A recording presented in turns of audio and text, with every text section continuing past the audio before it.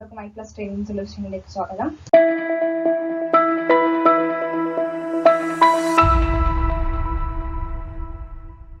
So ഇന്ന് നമ്മൾ ഈ വീഡിയോയിൽ ഡിസ്കസ് ചെയ്യാൻ പോകുന്നത് ഒരു 10 സെലക്ടഡ് ഒബ്ജക്റ്റീവ് ക്വസ്റ്റ്യൻസ് ആണ്. അതായത് പൊളിറ്റിക്കൽ സയൻസ് UGC നെറ്റ് എക്സാമിൽ റിപ്പീറ്റഡ് ആയിട്ട് ചോദിക്കുന്ന രീതിയിലുള്ള ഒരു 10 സെലക്ട് ചെയ്തിട്ടുള്ള ഒരു 10 ഒബ്ജക്റ്റീവ് ക്വസ്റ്റ്യൻസും അതിന്റെ ആൻസേഴ്സും അതിന്റെ എക്സ്പ്ലനേഷൻസും ആണ് നമ്മൾ ഈ വീഡിയോയിൽ ഡിസ്കസ് ചെയ്യാൻ വേണ്ടി പോകുന്നത്. ഓക്കെ, സോ നമുക്ക് ഫർദർ ഡിലേ ഒന്നും ഇല്ലാതെ വീഡിയോയിലേക്ക് പോവാം. സോ റൈറ്റ്, ഫസ്റ്റ് ക്വസ്റ്റ്യൻ, ഇതിലുള്ള കുറച്ച് ക്വസ്റ്റ്യൻസ് എന്ന് പറയുന്നത് നമ്മൾ റിപ്പീറ്റഡ് ആയിട്ട് ചോദ്യങ്ങൾ വരുന്ന രീതിയിൽ നമ്മൾ ഫ്രെയിം ചെയ്തിട്ടുള്ള ക്വസ്റ്റ്യൻസ് ആണ്. ഓക്കെ, സോ ആദ്യത്തെ ക്വസ്റ്റ്യൻ നമുക്കൊന്ന് വായിച്ചു നോക്കാം. Which is not correct about Isaiah Berlin. So ആദ്യം തന്നെ വളരെ ഡയറക്റ്റ് ആയിട്ടുള്ള വളരെ ഡെപ്തിൽ നമ്മൾ പൊളിറ്റിക്കൽ തിയറി ഒക്കെ പഠിക്കുമ്പോഴാണ് നമ്മൾ ഇസയ ബെർലിനെ പഠിക്കുന്നത്. He's A political thinker. നമ്മുടെ ഈ നെഗറ്റീവ് ലിബർട്ടി പോസിറ്റീവ് ലിബർട്ടി പോലെയുള്ള കൺസെപ്റ്റുകൾ പറഞ്ഞിട്ടുള്ള ഒരു തിങ്കറാണ് ഇസയ ബെർലിൻ. സോ ഇസയ ബെർലിൻ വളരെ റിപ്പീറ്റഡ് ആയിട്ട് അദ്ദേഹത്തിന്റെ പുസ്തകങ്ങൾ, അദ്ദേഹത്തിന്റെ തോട്ട് ഒക്കെ UGC നെറ്റ് എക്സാമിൽ റിപ്പീറ്റഡ് ആയിട്ട് ചോദിക്കുന്ന ഒരു ഏരിയ ആണ്. ഓക്കെ, സോ ആദ്യത്തെ ക്വസ്റ്റ്യൻ ഇസയ ബെർലിനെ കുറിച്ചിട്ടാണ്. So which is not correct about Isaiah Berlin. So താഴെ ഒരു 4 സ്റ്റേറ്റ്മെന്റുകൾ തന്നിട്ടുണ്ട്. സോ ഇതിൽ ഏതാണ് ഇസയ ബെർലിനുമായിട്ട് ചേരാത്ത സ്റ്റേറ്റ്മെന്റ് എന്നാണ് നമ്മൾ കണ്ടുപിടിക്കേണ്ടത്. Option number A, he preferred negative over positive liberty. B, he declared demise of political theory on the wake of behavioral revolution. C, negative liberty in his view should be distinguished from the conditions of its exercise. And D, he supported value pluralism. So since Isaiah Berlin അദ്ദേഹത്തിന്റെ പുസ്തകങ്ങൾ two concept of liberty, 4 essays on liberty പോലുള്ള പുസ്തകങ്ങളൊക്കെ ഇസയ ബെർലിന്റെ പുസ്തകങ്ങളാണ്. So അദ്ദേഹം ആണ് നെഗറ്റീവും positive ലിബർട്ടിയും തമ്മിൽ കൃത്യമായിട്ടുള്ള ഒരു ഡിസ്റ്റിങ്ഷനും കാര്യങ്ങളും ഒക്കെ കൊണ്ടുവന്നിട്ടുള്ളതാണ്. സോ ഇതിൽ അദ്ദേഹമായിട്ട് ചേരാത്ത കൺസെപ്റ്റ് ഏതാണ്? സോ നമ്മൾ ലിബർട്ടി എന്ന് പറയുന്ന പോസിറ്റീവ് നെഗറ്റീവ് ലിബർട്ടി എന്ന് പറയുന്ന കൺസെപ്റ്റ് ഇസയ ബെർലിനുമായിട്ട് ബന്ധപ്പെട്ട് കിടക്കുന്നത് കൊണ്ട് തന്നെ ഓപ്ഷൻ എയും ഓപ്ഷൻ സിയും ഇതിൽ ട്രൂ ആണെന്ന് പ്രൂവ് ചെയ്തിരിക്കുകയാണ്. And D, he supported value pluralism. Value പ്ലൂറലിസത്തെയും അദ്ദേഹം സപ്പോർട്ട് ചെയ്തിട്ടുണ്ട്. ഓക്കെ, സോ ഡി ഓപ്ഷനും ഇതിൽ റൈറ്റ് ആയിട്ടുള്ള ആൻസർ ആണ്. സോ ഇതിൽ റോങ് ആയിട്ടുള്ളത് ഡിമൈസ് ഓഫ് പൊളിറ്റിക്കൽ തിയറി അദ്ദേഹം സപ്പോർട്ട് ചെയ്തു അല്ലെങ്കിൽ ഡിക്ലെയർ ചെയ്തു എന്നുള്ള ബി ഓപ്ഷൻ, അതായത് രണ്ടാമത്തെ സ്റ്റേറ്റ്മെന്റ് നോക്കാം. Political theory, demise of political theory അദ്ദേഹം സപ്പോർട്ട് ചെയ്തു എന്നാണ് പറയുന്നത്. അത് റോങ് ആണ്. ഇസയ ബെർലിൻ എല്ലാവർക്കും അറിയായിരിക്കും അല്ലെ, revival of political theory, demise of political theory, ഇത് പൊളിറ്റിക്കൽ തിയറിയുടെ ഹിസ്റ്ററിയിൽ അല്ലെങ്കിൽ എവല്യൂഷനിൽ സംഭവിച്ചിട്ടുള്ള 2 പ്രധാനപ്പെട്ട ഒരു കാലഘട്ടങ്ങളിലാണ്. കുറച്ച് തിങ്കേഴ്സ് പറഞ്ഞിട്ടുണ്ട്, അതായത് നോർമാറ്റീവ് ആയിട്ടുള്ള പൊളിറ്റിക്കൽ തിയറി ഒക്കെ എൻഡ് ചെയ്യപ്പെട്ടു, അല്ലെങ്കിൽ അതിൽ പൊളിറ്റിക്കൽ തിയറി ഇപ്പം റെലവെന്റ് അല്ല എന്നുള്ള രീതിയിലും, ബാക്കിയുള്ളവര് റിവൈവൽ ഓഫ് പൊളിറ്റിക്കൽ തിയറി എന്നുള്ള പേരിൽ മറ്റു കുറച്ച് തിങ്കേഴ്സ് ഇതിനെ കുറിച്ചിട്ടും പറയുന്നുണ്ട്. സോ ഇതിൽ ഇസയ ബെർലിൻ വരുന്നത് രണ്ടാമത്തെ കാറ്റഗറിയിലാണ്. അതായത് അദ്ദേഹം റിവൈവൽ ഓഫ് പൊളിറ്റിക്കൽ തിയറിക്ക് വേണ്ടിയിട്ട് സംസാരിച്ചിട്ടുള്ള ഒരു വ്യക്തിയാണ്. സോ രണ്ടാമത്തെ സ്റ്റേറ്റ്മെന്റ് ഇസയ ബെർലിനുമായിട്ട് സംബന്ധിച്ച് നോക്കുമ്പോൾ അത് തെറ്റാണ്. അദ്ദേഹത്തിന്റെ പുസ്തകങ്ങൾ ഓർത്ത് വെക്കുക. 2 concepts of liberty, 4 essays on liberty. ഇതൊക്കെ വളരെ ഇമ്പോർട്ടന്റ് ആയിട്ടുള്ള കൺസെപ്റ്റുകളാണ്. ഓക്കെ, സോ അതിന്റെ ആൻസർ ആയിട്ട് നമ്മൾ ഓൾറെഡി പറഞ്ഞു കഴിഞ്ഞു. അതായത് ഡിമൈസ് ഓഫ് പൊളിറ്റിക്കൽ തിയറി അദ്ദേഹം ഡിക്ലെയർ ചെയ്തിട്ടില്ല. സോ അതാണ് ഇൻകറക്റ്റ് ആയിട്ടുള്ള സ്റ്റേറ്റ്മെന്റ്. ബാക്കി A, C, D ഓപ്ഷൻസ് അല്ലെങ്കിൽ സ്റ്റേറ്റ്മെന്റുകൾ ട്രൂത്ത് ആയിട്ടുള്ള സ്റ്റേറ്റ്മെന്റുകളാണ്. ഓക്കെ, നമുക്കിനി അതിന്റെ എക്സ്പ്ലനേഷൻ ഒന്ന് നോക്കാം. സോ എക്സ്പ്ലനേഷനിൽ ആദ്യം തന്നെ എ സ്റ്റേറ്റ്മെന്റ് റൈറ്റ് ആണ്. സോ ഞാൻ ഇതിൽ ഇൻകറക്റ്റ് ആയിട്ടുള്ള സ്റ്റേറ്റ്മെന്റ് ഓൾറെഡി പറഞ്ഞു. സോ ഞാൻ ഇതിൽ എന്താണ് നെഗറ്റീവ് ലിബർട്ടി, എന്താണ് പോസിറ്റീവ് ലിബർട്ടി എന്ന് വളരെ സിമ്പിൾ ആയിട്ട് പറഞ്ഞുതരാം. Negative liberty, positive liberty Isaiah ബെർലിന്റെ കൺസെപ്റ്റ് അനുസരിച്ചിട്ട് സിമ്പിൾ ആയിട്ട് പറഞ്ഞു കഴിഞ്ഞാൽ അദ്ദേഹം നെഗറ്റീവ് ലിബർട്ടി കൊണ്ട് ഉദ്ദേശിക്കുന്നത് freedom from the interference from the part of state. അതായത് ഒരു ഇൻഡിവിജ്വൽ ലിബർട്ടിയിലേക്കുള്ള അനാവശ്യമായിട്ടുള്ള സ്റ്റേറ്റിന്റെ ഇടപെടലുകളിൽ നിന്നുള്ള ഫ്രീഡത്തെയാണ് അദ്ദേഹം നെഗറ്റീവ് ലിബർട്ടി കൊണ്ട് ഉദ്ദേശിക്കുന്നത്. ഓക്കെ, ദെൻ എന്താണ് പോസിറ്റീവ് ലിബർട്ടി എന്ന് പറഞ്ഞു കഴിഞ്ഞാൽ അതായത് ഒരു ഇൻഡിവിജ്വലിന് തന്റെ സ്റ്റാറ്റസിനും ഡിഗ്നിറ്റിക്കും അനുസരിച്ചിട്ട്, അതായത് മാന്യമായ രീതിയിൽ ജീവിക്കാൻ ആവശ്യമായിട്ടുള്ള കാര്യങ്ങൾ ഒരു സൊസൈറ്റിയിൽ ഉണ്ടാവുക, അല്ലെങ്കിൽ അതിനുള്ള ഒരു ഓപ്പർച്യൂണിറ്റി ഉണ്ടാവുക, സിറ്റുവേഷൻ ഉണ്ടാവുക എന്നുള്ളതാണ് അദ്ദേഹം പോസിറ്റീവ് ലിബർട്ടി കൊണ്ട് ഉദ്ദേശിക്കുന്നത്. പിന്നീട് അദ്ദേഹം വേറൊരു പോയിന്റ് കൂടെ പറയുന്നുണ്ട്. ഈ പോസിറ്റീവ് ലിബർട്ടി ഒരു പരിധി കഴിഞ്ഞു കഴിഞ്ഞാൽ, അതിനെ ഒരു നിയന്ത്രണവും ഇല്ലെങ്കിൽ ഈ പോസിറ്റീവ് ലിബർട്ടി എന്തായി തീരാനുള്ള ചാൻസ് ഉണ്ട്? ഒരു അതോറിറ്റേറിയൻ ഗവൺമെന്റിലേക്ക് പോകാനുള്ള ഒരു ചാൻസ് അവിടെയുണ്ട്. അതായത് ഇപ്പം പോസിറ്റീവ് ലിബർട്ടിയിൽ ഒരു പരിധി വരെയെങ്കിലും സ്റ്റേറ്റ് ഇന്റർഫിയറൻസിനെ നമ്മൾ സപ്പോർട്ട് ചെയ്യുന്നുണ്ട് അല്ലെ, അല്ലെങ്കിൽ സ്റ്റേറ്റ് ആണ് ഈ ഒരു എന്താ പറയുക ഒരു ഇൻഡിവിജ്വലിന് ഡിഗ്നിഫൈഡ് ആയിട്ട് അല്ലെങ്കിൽ ഡിഗ്നിറ്റിയോട് കൂടി ഒരു സൊസൈറ്റിയിൽ ജീവിക്കാൻ ആവശ്യമായിട്ടുള്ള രീതിയിലുള്ള ഇൻഫ്രാസ്ട്രക്ചർ അല്ലെങ്കിൽ സിറ്റുവേഷൻസ് ക്രിയേറ്റ് ചെയ്യേണ്ടത് സ്റ്റേറ്റിന്റെ റൈറ്റ് ആയിട്ട്, സ്റ്റേറ്റിന്റെ ഒരു റെസ്പോൺസിബിലിറ്റി ആയിട്ടാണ് പറയുന്നത്. സോ സ്റ്റേറ്റിന്റെ ഇന്റർഫിയറൻസ് അവിടെ നടക്കുന്നുണ്ട്. സോ ഇതൊരു പരിധിയിൽ കൂടുവാണെങ്കിൽ സ്റ്റേറ്റിന് ഇന്റർഫിയറൻസ് എന്തായിട്ട് മാറാം, അതോറിറ്റേറിയൻ ഗവൺമെന്റിലേക്ക് അല്ലെങ്കിൽ ഒരു പറ്റേണൽ ഗവൺമെന്റിലേക്കുള്ള അങ്ങനെ ഒരു അതോറിറ്റേറിയൻ ഗവൺമെന്റിലേക്ക് ഇത് മാറാനുള്ള ഒരു ചാൻസ് ഉണ്ട്. സോ അതൊരു നെഗറ്റീവ് ആയിട്ട് വരാം. അതുകൊണ്ട് തന്നെ അദ്ദേഹം പോസിറ്റീവ് ലിബർട്ടിയേക്കാളും കൂടുതൽ നെഗറ്റീവ് ലിബർട്ടിയാണ് ആര് പ്രിഫർ ചെയ്തിട്ടുള്ളത്, ഇസയ ബെർലിൻ പ്രിഫർ ചെയ്തിട്ടുള്ളത്. ഓക്കെ, then അദ്ദേഹം വാല്യൂ പ്ലൂറലിസത്തെയും സപ്പോർട്ട് ചെയ്തിട്ടുണ്ട്. ഡിമൈസ് ഓഫ് പൊളിറ്റിക്കൽ തിയറിയുടെ കാര്യം ആലോചിക്കുക. റിവൈവൽ ഓഫ് പൊളിറ്റിക്കൽ തിയറിയെ കുറിച്ചിട്ടാണ് ഇസയ ബെർലിൻ സംസാരിച്ചിട്ടുള്ളത്, സപ്പോർട്ട് ചെയ്തിട്ടുള്ളത്. ഓക്കെ, പിന്നെ അദ്ദേഹത്തിന്റെ പുസ്തകങ്ങളുടെ പേരും വളരെയധികം ചോദിക്കുന്ന ഒരു ക്വസ്റ്റ്യൻ ആണ്. ഈ മാച്ച് ദ ലിസ്റ്റിൽ ചോദിക്കാറുണ്ട്, അല്ലെങ്കിൽ ഇൻഡിവിജ്വൽ ആയിട്ട് ചോദിക്കാറുണ്ട്. 2 concepts of liberty, 4 essays on liberty. ഇതാണ് 2 പ്രധാനപ്പെട്ട പുസ്തകങ്ങൾ. മറ്റു പുസ്തകങ്ങളും ഉണ്ട്. ഓക്കെ, അതൊന്ന് റെഫർ ചെയ്തിട്ട് ശ്രദ്ധിച്ച് പഠിക്കാൻ നോക്കാം. സോ നമുക്ക് അടുത്ത ക്വസ്റ്റ്യനിലേക്ക് പോവാം. ഓക്കെ, ഇതും പൊളിറ്റിക്കൽ തിയറി പാർട്ടിൽ നിന്നുള്ള ഒരു ക്വസ്റ്റ്യൻ ആണ്. Which is not correct about veil of ignorance device conceptualised by John Rawls. So veil of ignorance എന്ന് പറയുന്ന കൺസെപ്റ്റ് ആരുടേതാണെന്ന് എല്ലാവർക്കും അറിയായിരിക്കും അല്ലെ, ജോൺ റോൾസിന്റെ ആണ്. സോ അദ്ദേഹത്തിന്റെ വെയിൽ ഓഫ് ഇഗ്നോറൻസുമായിട്ട് ബന്ധപ്പെട്ടിട്ട് കറക്റ്റ് അല്ലാത്ത സ്റ്റേറ്റ്മെന്റുകൾ, താഴെ ഒരു 4 സ്റ്റേറ്റ്മെന്റുകൾ തന്നിട്ടുണ്ട്. നമ്മൾ ഇതിൽ നിന്നും കറക്റ്റ് അല്ലാത്തവ ചൂസ് ചെയ്യാണ് വേണ്ടത്. A. It is a device to eliminate biases in decision making and judgment. B. Contracting parties do not know their place in society, social status or class position. C. Parties don't even know their conception of good life. Parties to the contract have encumbered selves. So ഇതിൽ ഏതാണ് വെയിൽ of ഇഗ്നറൻസുമായിട്ട് ബന്ധപ്പെടാത്ത ഒരു കാര്യം എന്നാണ് നമ്മൾ കണ്ടുപിടിക്കേണ്ടത്. Okay, so എന്താ പറയുക, ഒരു വെയിൽ ഓഫ് ഇഗ്നറൻസ് ഉണ്ട്. സോ വെയിൽ ഓഫ് ഇഗ്നോറൻസ് എന്ന് പറയുന്ന കൺസെപ്റ്റ് ഇത് മലയാളത്തിൽ അജ്ഞതയുടെ മൂടുപടം എന്നാണ് പറയുന്നത്. സോ ഇത് വളരെ സിമ്പിൾ ആയിട്ടുള്ള ഒരു കൺസെപ്റ്റാണ്. നമുക്ക് അധികം ഡീറ്റെയിൽ ആയിട്ട് ഇത് അറിയില്ലെങ്കിൽ പോലും ഒരു ഐഡിയ ഉണ്ടായിരിക്കണം എന്താണെന്നുള്ളത്. വെയിൽ ഓഫ് ഇഗ്നോറൻസ്, അതായത് മനുഷ്യൻ എപ്പോഴും ഒരു അജ്ഞതയിലാണ് എന്നാണ് ജോൺ റോൾസ് പറയുന്നത്. അതായത് ഇപ്പം എന്തെങ്കിലും ഒരു ഡിസിഷൻ മേക്കിങ്ങും കാര്യങ്ങളൊക്കെ ഒരു സൊസൈറ്റിയിൽ നടക്കുമ്പോൾ ആ സൊസൈറ്റിയിൽ അവരുടെ പൊസിഷൻ എന്താണെന്നോ അവരുടെ ക്യാരക്ടറിസ്റ്റിക്സ് എന്താണെന്നോ ഒന്നും അറിയാതെയാണ് ഒരു മനുഷ്യൻ അല്ലെങ്കിൽ ഒരു ഇൻഡിവിജ്വൽ ഒരു ഡിസിഷൻ മേക്കിംഗ് നടത്തുന്നത്. സോ അതുകൊണ്ട് തന്നെ അതെപ്പോഴും എന്തായിരിക്കും, ജസ്റ്റ് മീനിങ് ഫുൾ ഒക്കെ ആയിരിക്കും. ഓക്കെ, ഒരിക്കലും ഒരു ഇൻഡിവിജ്വല് തന്നെയോ അല്ലെങ്കിൽ താനടങ്ങുന്ന ഗ്രൂപ്പുകളെയോ അല്ലെങ്കിൽ സൊസൈറ്റിയിലെ മറ്റ് ഇൻഡിവിജ്വൽസിനോ ഡേഞ്ചറസ് ആവുന്ന രീതിയിൽ യാതൊന്നും ഡിസിഷൻ മേക്കിങ്ങിലേക്ക് കൊണ്ടുവരാൻ ശ്രമിക്കില്ല, അല്ലെങ്കിൽ അവരുടെ ലിബർട്ടി മാക്സിമൈസ് ചെയ്യാൻ വേണ്ടി മാത്രമേ അവർ ശ്രമിക്കുള്ളൂ എന്നുള്ള രീതിയിലുള്ള കൺസെപ്റ്റുകളാണ് വെയിൽ ഓഫ് ഇഗ്നോറൻസിന്റെ ഭാഗമായിട്ട് ജോൺ റോൾസ് പറയുന്നത്. ഓക്കെ, ഇതിൽ ഇപ്പം നമുക്ക് കറക്റ്റ് ആയിട്ടുള്ള സ്റ്റേറ്റ്മെന്റ് നമുക്കിപ്പോൾ ഇതുവരെ എക്സ്പ്ലെയിൻ ചെയ്ത് വെച്ച് നോക്കുമ്പോൾ നമുക്ക് മനസ്സിലാവുന്നത്, so it is a device to eliminate biases in decision making and judgment. ആ കൺസെപ്റ്റ് റൈറ്റ് ആണ്, കറക്റ്റ് ആണ്. Contracting parties do not know their place in society, social status or class position. ഞാൻ already പറഞ്ഞു കഴിഞ്ഞു, ഇൻഡിവിജ്വൽസിന് അവരുടെ position എന്താണെന്നോ അവരുടെ characteristics എന്താണോ സൊസൈറ്റിയിൽ അവരെവിടെ പ്ലേസ് ചെയ്തിരിക്കുന്നോ എന്നൊന്നും അറിയത്തില്ലായിരിക്കും. So parties don't even know their consumption of good life. അവർക്ക് എന്താണ് ജസ്റ്റ് എന്നുള്ളത് പോലും അറിയില്ല. അതുകൊണ്ടാണ് ഇതിനെ അജ്ഞതയുടെ മൂടുപടം എന്ന് പറയുന്നത്.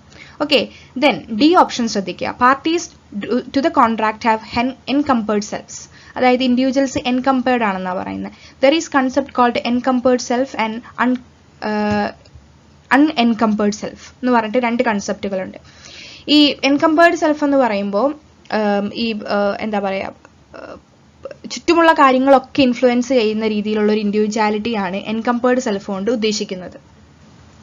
ഈ ചുറ്റുമുള്ള കാര്യങ്ങളൊക്കെ ഇൻഫ്ലുവൻസ് ചെയ്യുന്നു എന്ത് സെൻസിലാണ് പറയുന്നതെന്ന് വെച്ച് കഴിഞ്ഞാൽ, അതായത് ഒരു ഇൻഡിവിജ്വലിന്റെ അവരുടെ ചോയ്സും അവരുടെ മോറൽ ക്യാരക്ടറിസ്റ്റിക്സും അല്ലെങ്കിൽ അവരുടെ പൊളിറ്റിക്കൽ ക്യാരക്ടറിസ്റ്റിക്സും ഒക്കെ അവരുടെ കൾച്ചറൽ കോണ്ടെക്സ്റ്റ് കൊണ്ടും അല്ലെങ്കിൽ ഹിസ്റ്റോറിക്കൽ കോണ്ടെക്സ്റ്റ് കൊണ്ടും ഒക്കെ ഇൻഫ്ലുവൻസ് ചെയ്യപ്പെട്ടിരിക്കുന്നു എന്നാണ് ഈ എൻകംപേർഡ് സെൽഫ് എന്ന് പറയുന്നത് കൊണ്ട് ഉദ്ദേശിക്കുന്നത്.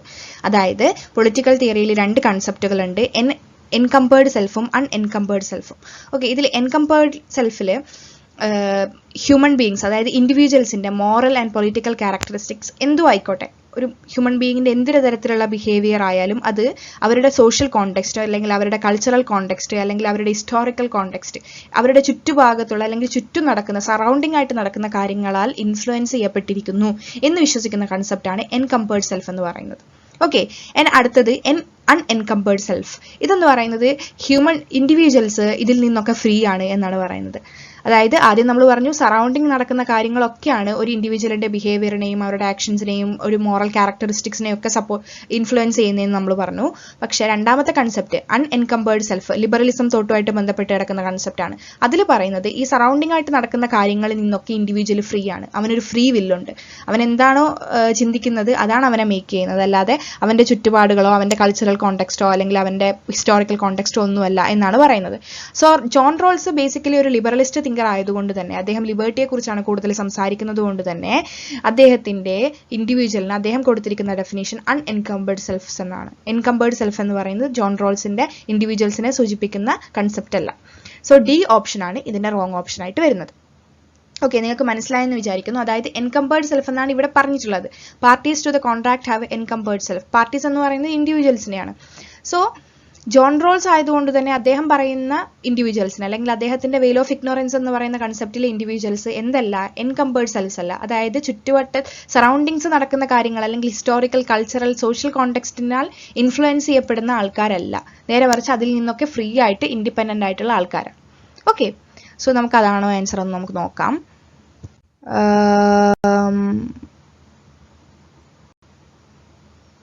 Right. So parties to the contract have an encumbered self. Sorry, encumbered self എന്ന് പറയുന്ന കൺസെപ്റ്റ് സ്റ്റേറ്റ്മെന്റ് ആണ് ഇതിൽ റോങ് ആയിട്ടുള്ളത്. സോ അതിന്റെ റൈറ്റ് ആൻസർ ആയിട്ട് എന്താണ് വരുന്നത്, അൺഎൻകംബേർഡ് സെൽഫ് എന്നുള്ളതാണ്. ഓക്കെ, സോ ആദ്യത്തെ 3 ഓപ്ഷൻസും കറക്റ്റ് ആണ്, ഡി ഓപ്ഷൻ ഇൻകറക്റ്റ് ആണ്. സോ അത്രയാണ് സെക്കൻഡ് ക്വസ്റ്റ്യനെ കുറിച്ചിട്ട് പറയാനുള്ളത്. സോ നമുക്ക് മൂന്നാമത്തെ ക്വസ്റ്റ്യനിലേക്ക് പോകാം. Which is not correct about John Rawls theory of justice. So അടുത്തത് ഒരു ജോൺ റോൾസുമായിട്ട് ബന്ധപ്പെടുന്ന ക്വസ്റ്റ്യൻ തന്നെയാണ്. എന്തിനാണ് ഇങ്ങനെ റിപ്പീറ്റ് ചെയ്യുന്നതെന്ന് ചോദിച്ചു കഴിഞ്ഞാൽ എല്ലാ എക്സാമിലും ജോൺ റോൾസുമായിട്ട് ബന്ധപ്പെട്ടിട്ടുള്ള ക്വസ്റ്റ്യൻസ് എപ്പോഴും റിപ്പീറ്റ് ആയിട്ട് കാണാറുണ്ട്. അറ്റ്ലീസ്റ്റ് ഒരു ക്വസ്റ്റ്യൻ എന്തായാലും ജോൺ റോൾസുമായിട്ട് ബന്ധപ്പെട്ടിട്ട് എക്സാമിന് ചോദിച്ചിരിക്കും. അദ്ദേഹം എഴുതിയ പുസ്തകം ആയിക്കോട്ടെ, അല്ലെങ്കിൽ അദ്ദേഹത്തിന്റെ തിയറി ഓഫ് ജസ്റ്റിസ് കൺസെപ്റ്റ് ആയിക്കോട്ടെ, വെയിൽ ഓഫ് ഇഗ്നോറൻസ് കൺസെപ്റ്റ് ആയിക്കോട്ടെ. സോ ജോൺ റോൾസുമായിട്ട് ബന്ധപ്പെടുന്ന അത്യാവശ്യം ഒരു അണ്ടർസ്റ്റാൻഡിങ് ഉണ്ടാവേണ്ടത് വളരെ അത്യാവശ്യമാണ്. സോ അതുകൊണ്ടാണ് ഈ ജോൺ റോൾസുമായിട്ട് ബന്ധപ്പെട്ടുള്ള ക്വസ്റ്റ്യൻസ് കൂടുതൽ ആഡ് ചെയ്തിരിക്കുന്നത്. ഓക്കെ, സോ ഇതിൽ നമ്മൾ ജോൺ റോൾസിന്റെ ഏറ്റവും പ്രധാനപ്പെട്ട ഒരു കോൺട്രിബ്യൂഷൻ ആണ് തിയറി ഓഫ് ജസ്റ്റിസ് എന്ന് പറയുന്നത്. സോ അതുമായിട്ട് ബന്ധപ്പെടാത്ത അല്ലെങ്കിൽ അതുമായിട്ടുള്ള കുറച്ച് 4 സ്റ്റേറ്റ്മെന്റുകൾ കൊടുത്തിട്ടുണ്ട്. ഇതിൽ ഇൻകറക്റ്റ് ആയിട്ടുള്ള സ്റ്റേറ്റ്മെന്റ് ഏതാണ് എന്നാണ് നമ്മൾ ഐഡന്റിഫൈ ചെയ്യേണ്ടത്. ഓക്കെ, എല്ലാവർക്കും അറിയായിരിക്കും ജോൺ റോൾസിന്റെ തിയറി ഓഫ് ജസ്റ്റിസ്. അദ്ദേഹത്തിന്റെ പുസ്തകത്തിന്റെ പേരും തിയറി ഓഫ് ജസ്റ്റിസ് തന്നെയാണ്. 1979 പബ്ലിഷ് ചെയ്യുന്നത്. ഈ പുസ്തകത്തിലാണ് അദ്ദേഹത്തിന്റെ തിയറി ഓഫ് ജസ്റ്റിസ് അദ്ദേഹം എക്സ്പ്ലെയിൻ ചെയ്യുന്നത്. അദ്ദേഹം പ്രധാനമായിട്ടും 2 പ്രിൻസിപ്പിൾസ് ആണ് പറയുന്നത്, ഈക്വാലിറ്റി പ്രിൻസിപ്പിളും ഡിഫറൻസ് പ്രിൻസിപ്പിളും. ഓക്കെ, സോ അത് തന്നെയാണ് ആദ്യത്തെ 2 സ്റ്റേറ്റ്മെന്റുകളായിട്ട് കൊടുത്തിട്ടുള്ളതെന്ന് തോന്നുന്നു. Yes, a it gave lexical priority to liberty principle over equality principle. Lexical priority എന്ന് പറയുന്നത് മോർ പ്രയോറിറ്റി കൊടുക്കുന്നു എന്നുള്ളതാണ്. അതായത് ഒരു കൺസെപ്റ്റിന് അല്ലെങ്കിൽ ഒരു പ്രിൻസിപ്പിളിന് നമ്മളൊരു മറ്റൊരു പ്രിൻസിപ്പിളിനേക്കാളും കൂടുതൽ ഇമ്പോർട്ടൻസ് കൊടുക്കുന്നു. സോ ഒന്നാമത്തെ സ്റ്റേറ്റ്മെന്റ് പറയുന്നത് അദ്ദേഹം ഈക്വാലിറ്റി പ്രിൻസിപ്പിളേക്കാണ് കൂടുതൽ ലിബർട്ടി പ്രിൻസിപ്പിളിനാണ് ഇമ്പോർട്ടൻസ് കൊടുത്തിട്ടുള്ളത്. ട്രൂ ആണ്. അദ്ദേഹം കൂടുതലായിട്ടും ഒരു മാർക്സിസം ഒക്കെ പറയുന്ന രീതിയിലുള്ള ഒരു ഈക്വാലിറ്റി അല്ല അദ്ദേഹം മുന്നോട്ട് വെക്കുന്നത്. അദ്ദേഹം ലിബർട്ടി, അതായത് എല്ലാ മനുഷ്യർക്കും ഇൻഡിവിജ്വൽസിന് വിത്തൗട്ട് എനി ഡിസ്ക്രിമിനേഷൻ, എന്താ പറയുക, ഈക്വൽ ഓപ്പർച്യൂണിറ്റി അല്ലെങ്കിൽ basic liberties, freedom of speech and expression പോലെയുള്ള ബേസിക് ലിബർട്ടീസ് എല്ലാ ഇൻഡിവിജ്വൽസിനും വിത്തൗട്ട് ഡിസ്ക്രിമിനേഷൻസ് കൊടുക്കണം എന്നാണ് ജോൺ റോൾസ് പറയുന്നത്. ഓക്കെ, മാർക്സിസം ഒക്കെ മുന്നോട്ട് വെക്കുന്നത് പോലെയുള്ള ഒരു അബ്സല്യൂട്ട് ഈക്വാലിറ്റി അല്ല ജോൺ റോൾസിന്റെ കൺസെപ്റ്റ്. നേരെ മറിച്ച് ജോൺ റോൾസ് പറയുന്നത് ലിബർട്ടി പ്രിൻസിപ്പിൾ ആണ്. അതായത് സൊസൈറ്റിയിലെ ഏത് സെക്ഷനിലുള്ള ആൾക്കാരായിക്കോട്ടെ എല്ലാ ഇൻഡിവിജ്വൽസിനും without any discrimination basic liberty principles, freedom of speech and expression അല്ലെങ്കിൽ വെൽത്ത് ക്രിയേറ്റ് ചെയ്യാനുള്ള ഓപ്പർച്യൂണിറ്റി, ഇതൊക്കെ കൃത്യമായിട്ട് കൊടുക്കണം. ഇതാണ് അദ്ദേഹത്തിന്റെ ലിബർട്ടി പ്രിൻസിപ്പിൾ കൊണ്ട് ഉദ്ദേശിക്കുന്നത്. സോ ഒന്നാമത്തെ സ്റ്റേറ്റ്മെന്റ് റൈറ്റ് സ്റ്റേറ്റ്മെന്റ് ആണ്. രണ്ടാമത്തെ statement it is based on difference principle. Difference principle ആണ് തിയറി ഓഫ് ജസ്റ്റിസിൽ അദ്ദേഹം പറയുന്ന രണ്ടാമത്തെ കൺസെപ്റ്റ്. ഇത് ട്രൂത്ത് ആയിട്ടുള്ള ഒരു സ്റ്റേറ്റ്മെന്റ് ആണ്, അതായത് കറക്റ്റ് ആയിട്ടുള്ള സ്റ്റേറ്റ്മെന്റ് ആണ്. സോ എന്താണ് ഡിഫറൻസ് പ്രിൻസിപ്പിൾ? ഡിഫറൻസ് പ്രിൻസിപ്പിൾ എന്ന് പറഞ്ഞു കഴിഞ്ഞാൽ സിമ്പിൾ ആയിട്ട് ഇത്രയേ ഉള്ളൂ. അതായത് അദ്ദേഹം ഇക്കണോമിക് സോഷ്യൽ ഇൻഇക്വാളിറ്റീസിനെ സപ്പോർട്ട് ചെയ്യുന്നുണ്ട് ജോൺ റോൾസ്. അതായത് അദ്ദേഹം പറയുന്നത് നമുക്ക് ഇക്കണോമിക് സോഷ്യൽ ഇൻഇക്വാലിറ്റീസ് ആവാം, ഏത് കോണ്ടെക്സ്റ്റിലാവാം. ഈ ഇൻഇക്വാലിറ്റീസ് ഒരു സൊസൈറ്റിയിലെ ലീസ്റ്റ് പൂവർ പീപ്പിളിന്, അതായത് ഏറ്റവും പാവപ്പെട്ട ആൾക്കാർക്ക് എന്തെങ്കിലും രീതിയിലുള്ള മോട്ടിവേഷനോ സപ്പോർട്ടോ കൊടുക്കുന്നുണ്ടെങ്കിൽ നമുക്ക് ഇത്തരം ഇനീക്വാളിറ്റീസ് ആവാം എന്നാണ് ജോൺ റോൾസ് പറയുന്നത്. നിങ്ങൾക്ക് ഈ സ്റ്റേറ്റ്മെന്റ് കേൾക്കുമ്പോൾ കുറച്ച് ഇങ്ങനെ എന്താ ഇങ്ങനെ പറയുന്നത് എന്ന് തോന്നുമായിരിക്കും. കാരണം ഇനീക്വാളിറ്റിയെ സപ്പോർട്ട് ചെയ്യുന്നു. ഇനീക്വാളിറ്റി എങ്ങനെയാണ് ഒരു പുവർ പീപ്പിളിന് മോട്ടിവേഷനോ അല്ലെങ്കിൽ സപ്പോർട്ടോ കൊടുക്കുന്നത്, അല്ലെങ്കിൽ അവരെ എങ്ങനെയാണ് അഡ്വാൻറ്റേജ് ചെയ്യിപ്പിക്കുന്നത്. ഞാനൊരു എക്സാമ്പിൾ പറയാം. അതായത് ഹൈലി എഡ്യൂക്കേറ്റഡ് ആയിട്ടുള്ള സ്കിൽഡ് ആയിട്ടുള്ള ഒരു ഡോക്ടർക്ക് നല്ല സാലറി ഉണ്ട് നമ്മുടെ സൊസൈറ്റിയിൽ, അല്ലെ? അല്ലെങ്കിൽ ഇപ്പം ജോൺ റോൾസ് പറയുന്ന ആ സൊസൈറ്റിയിൽ ഹൈ സ്കിൽഡ് ആയിട്ടുള്ള ഒരു ഡോക്ടർക്ക് കൃത്യമായിട്ടുള്ള സാലറി ഉണ്ട്, അല്ലെ? ഹയർ ആയിട്ടുള്ള ഒരു സാലറി ഉണ്ട്, നല്ലൊരു 1,00,000 രൂപ സാലറി ഉണ്ടെന്ന് വിചാരിക്കുക. എന്നാൽ ഒരു സ്കൂൾ ടീച്ചർക്ക് ഒരു 50,000 മാത്രമാണ് സാലറി ഉള്ളത്. So there is N inequality. ഈ ഇനീക്വാളിറ്റിയാണ് ജോൺ റോൾസ് ഉദ്ദേശിക്കുന്നത്. അതായത് ഒരു സ്കിൽഡ് ആയിട്ടുള്ള പ്രൊഫഷണൽ ആയിട്ടുള്ള ഡോക്ടർക്ക് 1,00,000 രൂപ കിട്ടുന്നു, സ്കൂൾ ടീച്ചർക്ക് ഒരു 50,000 രൂപ കിട്ടുന്നു. സോ ഇത്തരത്തില് വരികയാണെങ്കിൽ ഈ പുവർ പീപ്പിളിനെ, അതായത് അദ്ദേഹം മുന്നേ പറഞ്ഞു, അതായത് ഈക്വാലിറ്റി ലിബർട്ടി പ്രിൻസിപ്പിൾ അദ്ദേഹം പറഞ്ഞു, അതായത് ഈക്വാലിറ്റി ഓഫ് ഓപ്പർച്യൂണിറ്റി ഒക്കെ എല്ലാവർക്കും കൊടുക്കണം വിത്തൗട്ട് എനി ഡിസ്ക്രിമിനേഷൻ. സോ അദ്ദേഹം പറയുന്നത് അത്തരത്തിൽ ഈക്വൽ ആയിട്ടുള്ള ഒരു ഓപ്പർച്യൂണിറ്റി എല്ലാവർക്കും ഉണ്ടെങ്കിൽ ആ സൊസൈറ്റിയിൽ ഏറ്റവും പാവപ്പെട്ടവന് വരെ ഡോക്ടർ ആവാനുള്ളൊരു ചാൻസ് ആ സൊസൈറ്റിയിൽ ഉണ്ടെങ്കിൽ ഈ ഇനീക്വാളിറ്റീസ് ഒക്കെ ജസ്റ്റിഫൈഡ് ആണ് എന്നാണ് അദ്ദേഹം പറയുന്നത്. അതായത് ഈക്വാലിറ്റി ഓഫ് ഓപ്പർച്യൂണിറ്റി, ഒരു സൊസൈറ്റിയിൽ ഈക്വാലിറ്റി ഓഫ് ഓപ്പർച്യൂണിറ്റി ഉണ്ടെങ്കിൽ ആ സൊസൈറ്റിയിലെ എല്ലാ പീപ്പിളിനും without poor or rich people, അതായത് പണത്തിൻ്റെയോ അല്ലെങ്കിൽ കാസ്റ്റിൻ്റെയോ സോഷ്യൽ സ്റ്റാറ്റസിൻ്റെയോ ഒന്നും ഡിസ്ക്രിമിനേഷൻ ഇല്ലാതെ എല്ലാ വ്യക്തികൾക്കും ഈക്വൽ ആയിട്ട് ഒരു പൊസിഷന് വേണ്ടി അല്ലെങ്കിൽ എന്തെങ്കിലും നേടാൻ വേണ്ടി ഉള്ള ഓപ്പർച്യൂണിറ്റി ആ സൊസൈറ്റിയിൽ ഉണ്ടെങ്കിൽ ഇത്തരം ഇനീക്വാളിറ്റീസ്, ഇപ്പം ഡോക്ടർക്ക് ഹയർ സാലറി കിട്ടുന്നു എന്ന് പറഞ്ഞു, മറ്റ് ജോലികളെ അപേക്ഷിച്ച് ഹയർ സാലറി കിട്ടുന്നു. ആ സൊസൈറ്റിയിലെ ഏറ്റവും പാവപ്പെട്ട ആൾക്ക് പോലും ഡോക്ടർ ആവാനുള്ള ഒരു സാഹചര്യം അവിടെ ഉണ്ടെങ്കിൽ, ഈക്വൽ ആയിട്ടുള്ള ഒരു ഓപ്പർച്യൂണിറ്റി കിട്ടുന്നുണ്ടെങ്കിൽ ഈ ഡോക്ടർക്ക് കൂടുതൽ സാലറി കൊടുക്കുന്നതിൽ പ്രശ്നമില്ല എന്നാണ് ജോൺ റോൾസ് പറയുന്നത്. സിമ്പിൾ ആയിട്ട് ഇത്രയേ ഉള്ളൂ. അതാണ് അദ്ദേഹം ഡിഫറൻസ് പ്രിൻസിപ്പിൾ കൊണ്ട് ഉദ്ദേശിക്കുന്നത്. Okay, so equality of opportunity ഇല്ലെങ്കിലോ അദ്ദേഹം അതിനെ സപ്പോർട്ട് ചെയ്യുന്നില്ല. അദ്ദേഹം മുന്നേ പറഞ്ഞു, രണ്ട് കൺസെപ്റ്റ് അദ്ദേഹം പറഞ്ഞു, ലിബർട്ടി പ്രിൻസിപ്പിളും പറഞ്ഞു, ഡിഫറൻസ് പ്രിൻസിപ്പിളും പറഞ്ഞു. ഇതിൽ ലിബർട്ടി പ്രിൻസിപ്പിൾ ഉണ്ടെങ്കിലാണ് ഡിഫറൻസ് പ്രിൻസിപ്പിൾ അദ്ദേഹം പറയുന്നത്. ഓക്കെ, സോ രണ്ടാമത്തെ സ്റ്റേറ്റ്മെന്റും കറക്റ്റ് ആണെന്ന് നമുക്ക് മനസ്സിലായി. C, it is applicable universally to all societies. അങ്ങനെയാണോ? അല്ല, ഇതൊരിക്കലും എല്ലാ സൊസൈറ്റിയിലും ആപ്ലിക്കബിൾ അല്ല. ജോൺ റോൾസ് തന്നെ ഇത് പറയുന്നുണ്ട്. അദ്ദേഹം പറയുന്നത് ലിബറൽ ഡെമോക്രാറ്റിക് ആയിട്ടുള്ള സൊസൈറ്റീസിൽ മാത്രമാണ് ഈ ജസ്റ്റിസ് അല്ലെങ്കിൽ തിയറി ഓഫ് ജസ്റ്റിസ് പോസിബിൾ ആവുക. അതായത് ലിബർട്ടി പ്രിൻസിപ്പിളും ഡിഫറൻസ് പ്രിൻസിപ്പിളും പോസിബിൾ ആവുള്ളൂ. അതായത് ഇപ്പോൾ ഒരു അതോറിറ്റേറിയൻ സൊസൈറ്റിയിൽ അല്ലെങ്കിൽ ഒരു ടോട്ടാലിറ്റേറിയൻ സൊസൈറ്റിയിൽ ഇത് പോസിബിൾ അല്ല. അദ്ദേഹം പറയുന്നത് ലിബറൽ ഡെമോക്രസിയിൽ എന്തുണ്ടാവും, എല്ലാ രീതിയിലുള്ള ലിബർട്ടിയും ആൾക്കാർക്ക്, ബേസിക് ലിബർട്ടി ഒക്കെ ആൾക്കാർക്ക് ഉണ്ടാവും, ഇൻഡിവിജ്വൽ ലിബർട്ടി ഉണ്ടാവും, ഇൻഡിവിജ്വൽ റൈറ്റ്സ് ഉണ്ടാവും, freedom of speech and expression, equality of opportunity ഒക്കെ ഉണ്ടാവും. അവിടെ ഒരു ഇലക്റ്റഡ് ഗവൺമെന്റ് ഉണ്ടാവും, ജനങ്ങൾക്ക് വോട്ടിംഗ് റൈറ്റ് ഉണ്ടാവും. ഇതുപോലെയുള്ള കുറച്ച് ഫീച്ചേഴ്സ് ഉണ്ട് ലിബറൽ ഡെമോക്രാറ്റിക് ഗവൺമെന്റിൽ, ലിബറൽ ഡെമോക്രാറ്റിക് സൊസൈറ്റിയിലെ ഇൻഡിവിജ്വൽസിന്. സോ അത്തരത്തിലുള്ള ഒരു സൊസൈറ്റിയിൽ മാത്രമാണ് അദ്ദേഹം പറയുന്ന രീതിയിലുള്ള ഡിഫറൻസ് പ്രിൻസിപ്പിളും ലിബർട്ടി പ്രിൻസിപ്പിളും പോസിബിൾ ആവുള്ളൂ. സോ യൂണിവേഴ്സലി എല്ലാ സൊസൈറ്റീസിലും ഇത് പോസിബിൾ അല്ല. സോ തേർഡ് സ്റ്റേറ്റ്മെന്റ് ഇൻകറക്റ്റ് ആണ്. ജോൺ റോൾസിന്റെ theory of justice liberal democratic സൊസൈറ്റീസിന് വേണ്ടി മാത്രമുള്ളതാണ്. ഓക്കെ, അത് ഓർത്തു വെക്കണം, വളരെ ഇമ്പോർട്ടന്റ് ആയിട്ടുള്ള പോയിന്റ് ആണ്. Then D statement, it gave priority to rights over common good. Yes, John Rawls basically ഒരു ലിബറലിസ്റ്റ് ആണ്, ഇൻഡിവിജ്വൽ ലിബർട്ടിയെ കുറിച്ചിട്ട് കൂടുതൽ സംസാരിക്കുന്ന ആളാണ്. സോ അദ്ദേഹം കോമൺ ഗുഡ് അല്ലെങ്കിൽ ജനറൽ വില്ല്, റൂസോയെ പോലെയുള്ള ഒരു കൺസെപ്റ്റ് പറയുന്ന ഒരാളല്ല, നേരെ മറിച്ച് ഇൻഡിവിജ്വൽസ് റൈറ്റ്സിനെ കുറിച്ചിട്ടും ഇൻഡിവിജ്വൽ ലിബർട്ടിയെ കുറിച്ചിട്ടും കൂടുതലായിട്ട് സംസാരിക്കുന്ന ഒരാളാണ്. സോ അത് തന്നെയാണ് തിയറി ഓഫ് ജസ്റ്റിസിൽ നമുക്ക് കാണാൻ പറ്റുന്നത്. ഓക്കെ, സോ സി സ്റ്റേറ്റ്മെന്റ് ആണ് ഇതിൽ ഇൻകറക്റ്റ് ആയിട്ടുള്ള സ്റ്റേറ്റ്മെന്റ്. നമുക്കതിന്റെ എക്സ്പ്ലനേഷൻ ആൻസർ ഒന്ന് നോക്കിയിട്ട് പിന്നീട് എക്സ്പ്ലനേഷനിലേക്ക് പോവാം. സോ നമ്മൾ ഓൾറെഡി ഇതിന്റെ എക്സ്പ്ലനേഷൻസ് നമ്മൾ പറഞ്ഞു കഴിഞ്ഞു, എങ്കിൽ പോലും നമുക്ക് നോക്കാം. എ സ്റ്റേറ്റ്മെന്റ് കറക്റ്റ് ആണ്. Rawls gave lexical priority to the liberty principle over the equality principle. Basic liberties must be secured first. Basic liberties കൊടുത്തിരിക്കണം എന്നാണ് അദ്ദേഹം കൂടുതൽ പറയുന്നത്. ബി സ്റ്റേറ്റ്മെന്റ് കറക്റ്റ് ആണ്. The theory is based on difference principle allowing inequalities only if they benefit the least advantage. ആ ഡോക്ടറുടെ example ഒന്ന് ആലോചിച്ചാൽ മതി, അത് ഇന്നലെ കുറച്ചും കൂടി എളുപ്പത്തിൽ മനസ്സിലാവും. Okay, social inequalities, economic inequalities allowed ആണ്. എപ്പോൾ മാത്രമാണ് അലൗഡ് ആയിരിക്കുന്നത്? അത് ലീസ്റ്റ് അഡ്വാൻറ്റേജ് ഗ്രൂപ്പ്സിനെയും കൂടെ ബെനിഫിറ്റ് ചെയ്യുന്നുണ്ടെങ്കിൽ മാത്രമാണ് അത് അലൗഡ് ആയിട്ടുള്ളത്.